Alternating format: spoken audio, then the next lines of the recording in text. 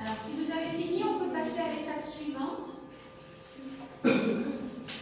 Et tout le monde, il a préparé ses balles de golf, ses cailloux, d'accord, son sable, son jus d'orange.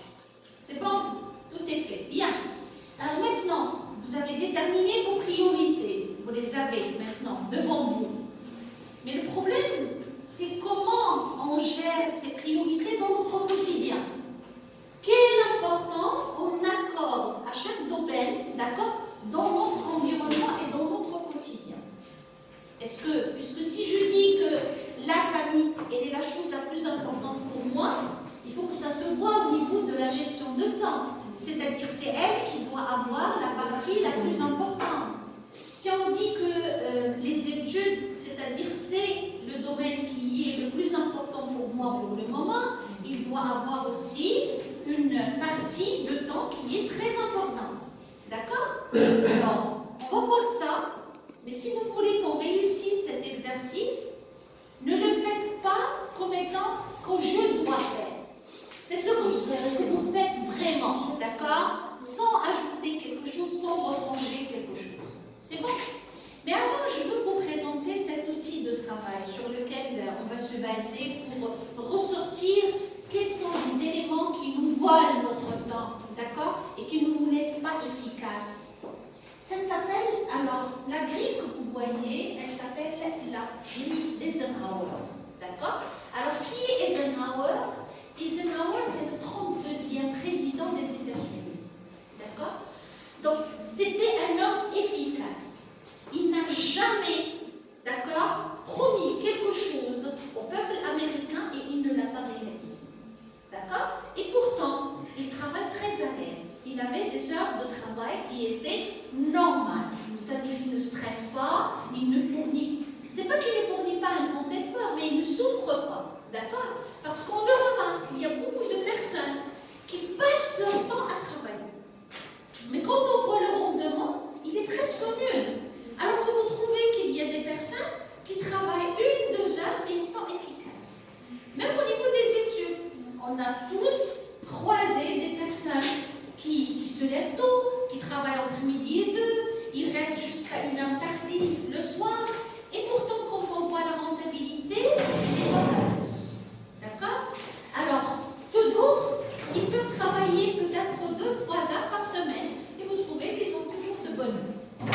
Alors, il faut se poser la question, comment ils font? D'accord? Quelles sont ses habitudes de travail? Alors, Eisenhower, c'est lui qui a sorti cette grille-là. Alors, elle porte son nom. Les coachs, ils l'appellent NINU. D'accord? Alors, qu'est-ce que ça veut dire? NINU, c'est ça. C'est non important, non urgent. Pourquoi ils ont choisi cette case bien déterminée? Non important, non urgent, et pourtant, c'est ce qui alimente notre journée. On va le voir, je ne veux pas vous influencer, mais en tout cas, moi, quand j'ai fait la grille pour la première fois, j'étais étonnée parce que j'ai trouvé que ce que je faisais de ma journée, à 80%, il était fait de choses non importantes, non urgentes. D'accord? Alors, qu'est-ce que ça veut dire cette grille-là? Comme vous le voyez, la grille, elle est divisée en 4 cases. D'accord? La première case, c'est les tâches qui sont importantes et qui sont urgentes. D'accord? Importante et urgente, par exemple, l'atelier d'aujourd'hui. Il est important et il est urgent. Je ne peux pas ne pas me présenter. Je ne peux pas ne pas venir. Donc, je dois le faire moi-même. Est-ce que c'est clair? Et au moment opportun. C'est-à-dire, je ne peux pas le retarder, je ne peux pas le faire parce que ça y est. Quand j'avais l'occasion de le faire, je l'ai fait. Mais maintenant, comme il y aurait des personnes qui vont venir et tout, je n'ai pas comment déplacer, c'est-à-dire le créneau d'aujourd'hui. Il est important et il est urgent. Donc, on va dire que à faire soi-même. OK? C'est-à-dire, je ne peux pas le donner à quelqu'un d'autre et je ne peux pas le rendre. Important, mais non urgent. C'est quelque chose qui est important, mais elle n'est pas urgent. Je vais vous donner un exemple. Vos examens, vous allez avoir un examen quand? Mon examen avec vous, il sera le 28, le 27 ou le 28?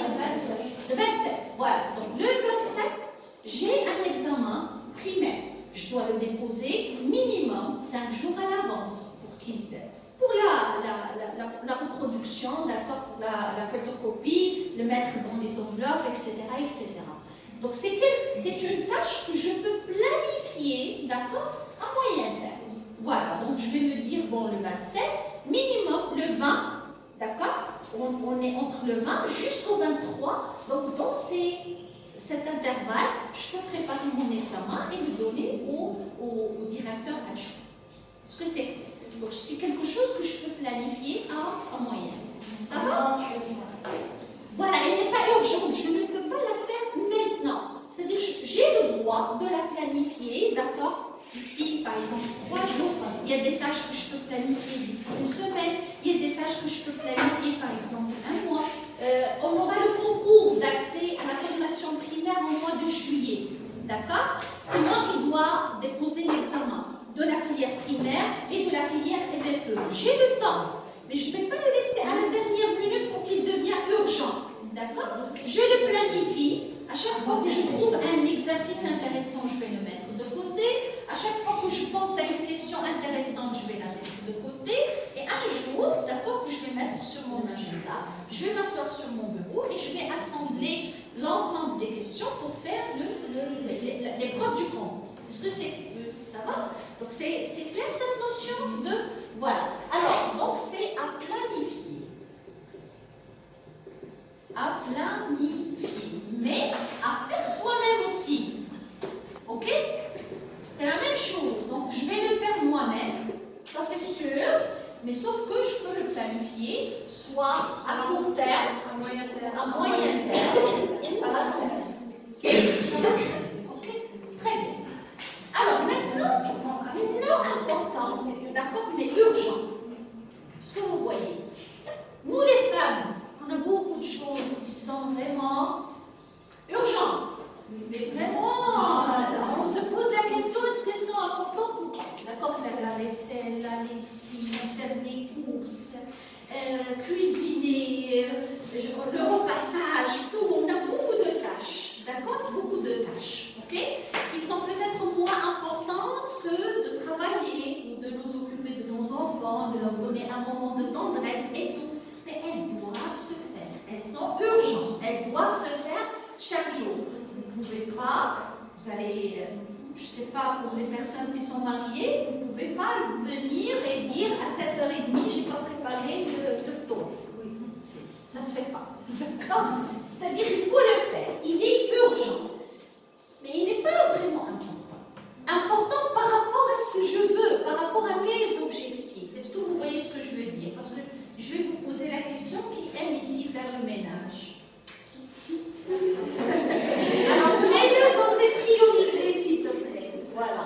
D'accord? Donc, ce qui fait que c'est très rare de trouver des personnes qui aiment faire le ménage. Ils le font parce que c'est urgent. C'est des choses qui doivent... On est obligé de les faire. Mais est-ce qu'on les aime? Ça, c'est la question. Voilà. Par contre, donc, et pourtant, ce sont des tâches qui consomment beaucoup de temps. D'accord? C'est des tâches qui peuvent prendre 2 heures, 3 heures, 4 heures, 6 heures, 8 heures, toute la journée, d'accord, à ne faire que ça. Alors, ce sont des choses où je dois sélectionner qu'est-ce que je peux faire moi-même et qu'est-ce que je peux déléguer.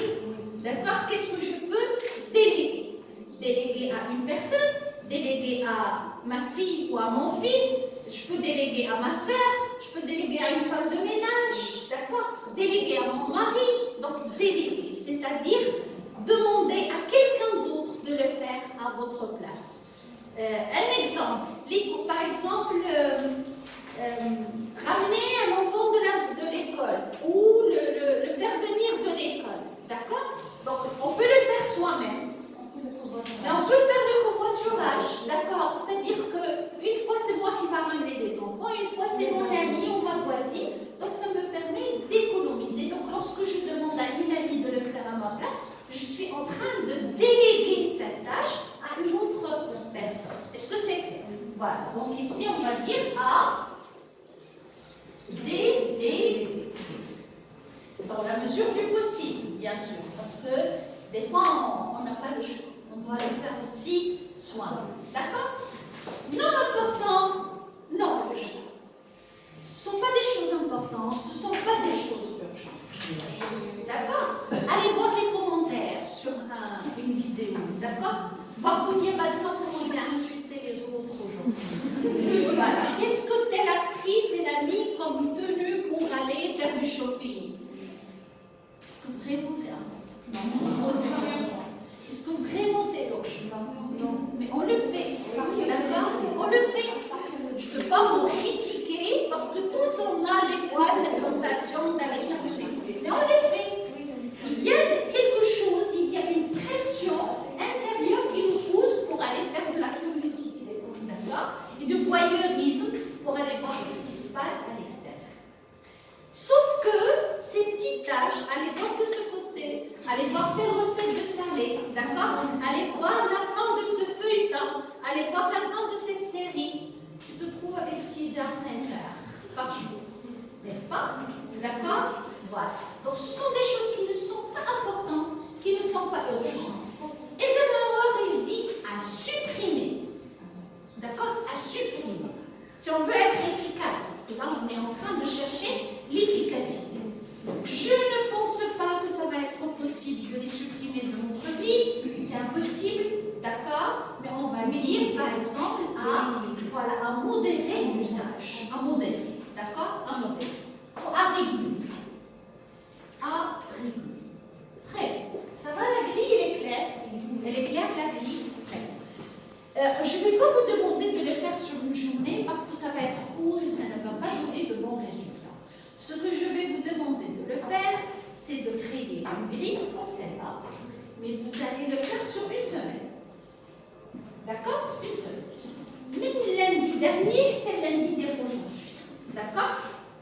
Qu'est-ce que vous avez fait de si intéressant? Qu'est-ce que vous avez fait? D'accord? Venir à l'école? Oui. Où est-ce que vous allez mettre ça? Important et urgent. Important et urgent. Combien de fois? Est-ce que vous pouvez calculer ça en termes d'heures? Combien vous êtes resté à l'école la semaine dernière et aujourd'hui? Voilà.